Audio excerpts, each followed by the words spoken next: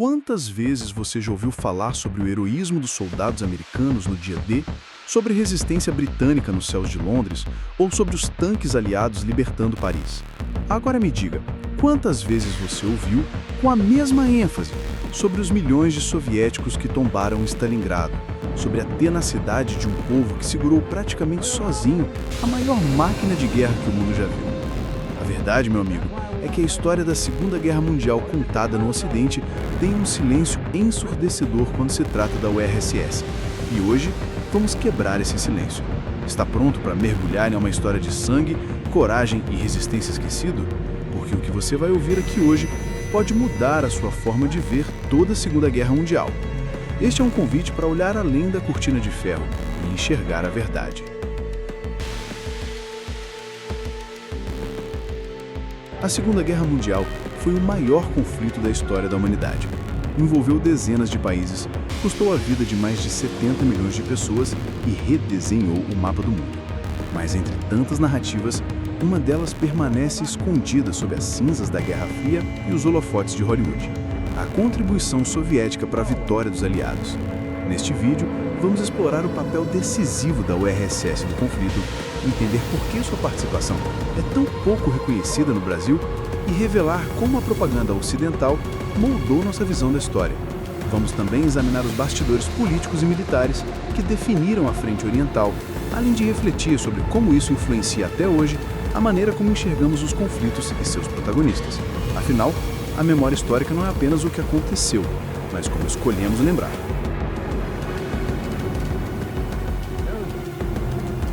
Começamos pelo número mais impactante. 27 milhões de soviéticos morreram na Segunda Guerra Mundial. Isso inclui soldados, civis, crianças, mulheres e idosos. Nenhuma outra nação pagou um preço tão alto. E mesmo assim, resistiram. Quando a Alemanha nazista lançou a Operação Barbarossa em junho de 1941, o exército alemão atravessou as fronteiras soviéticas com quase 4 milhões de homens. Em apenas 6 meses, conquistaram a Ucrânia, ameaçaram Moscou e chegaram ao rio Volga, mas não venceram.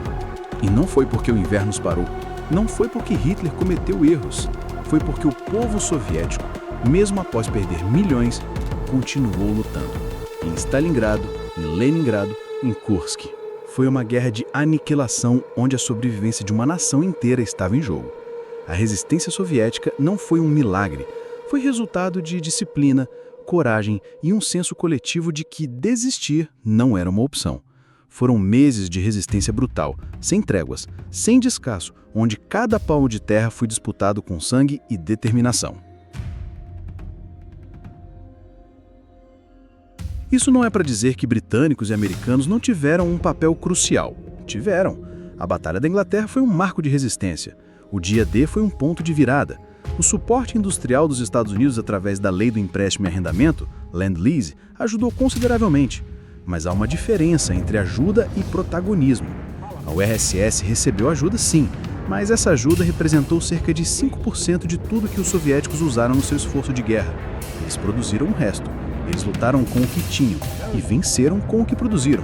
Comparativamente, o fronte oriental drenou a maior parte das forças alemãs e foi ali onde as derrotas mais devastadoras para o Terceiro Reich ocorreram. Enquanto o Ocidente avançava lentamente, o leste enfrentava a besta de frente, dia após dia. É necessário reconhecer que a guerra no leste foi o coração pulsante da derrota nazista. Ignorar isso é apagar a essência do que realmente foi a Segunda Guerra. Então, por que não falamos disso? Porque no Brasil, um país que também participou da guerra, aprendemos tão pouco sobre a Frente Oriental? A resposta está na Guerra Fria. Após o fim do conflito, o mundo se dividiu em 2 blocos: o Ocidente capitalista, liderado pelos Estados Unidos, e o Oriente socialista, liderado pela URSS. E os Estados Unidos usaram todas as ferramentas políticas, culturais e midiáticas para pintar a URSS como o vilão do mundo. Hollywood foi uma dessas ferramentas. Filmes de guerra exaltavam os americanos, apagavam os soviéticos. A propaganda era clara. A URSS venceu graças ao clima, aos erros de Hitler e à ajuda dos Estados Unidos, nunca por mérito próprio. A omissão foi estratégica. Reescrever a narrativa foi uma forma de consolidar influência, apagar rivais da memória coletiva e garantir a hegemonia cultural. E assim, nas salas de aula, nos cinemas, nos livros de história, a verdade foi sendo moldada ao gosto do vencedor político da Guerra Fria.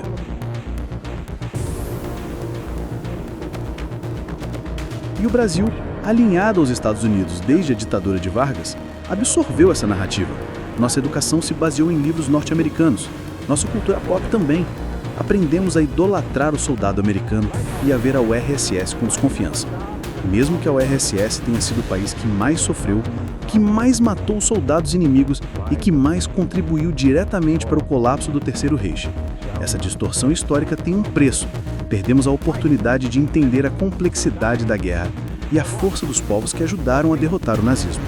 O desconhecimento da verdadeira história limita nossa capacidade de compreender os conflitos atuais e alimenta estereótipos herdados de um mundo polarizado. Precisamos reavaliar como ensinamos história nas escolas, como discutimos política internacional e como interpretamos os grandes eventos do século XX. Só assim construiremos uma visão mais justa e completa do passado. Mas isso está mudando. Cada vez mais pesquisadores, documentários e canais independentes têm explorado a verdadeira participação da URSS na guerra. Livros como Stalingrado, de Anthony Beevor, e O Julgamento de Nuremberg, de Joseph Persico, mostram com profundidade o papel central dos soviéticos.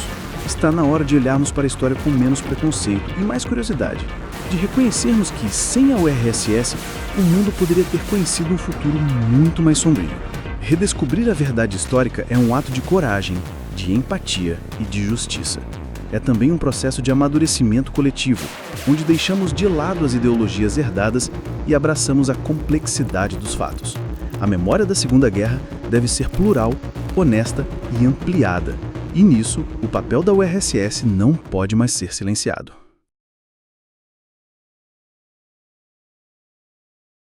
Não se trata de escolher um lado, trata-se de fazer justiça histórica, de entender que a vitória sobre o nazismo foi coletiva, mas que alguns pagaram um preço mais alto que outros. E entre esses, nenhum sofreu tanto quanto a União Soviética. Ao falarmos sobre a Segunda Guerra Mundial, não podemos mais ignorar isso. E se você chegou até aqui, é porque também quer conhecer a verdade. A busca pela verdade histórica exige humildade, disposição a ouvir e coragem para confrontar narrativas cristalizadas. É um convite para pensar com mais profundidade sobre os rumos da humanidade. Que esse vídeo seja apenas o começo de uma jornada de descobertas.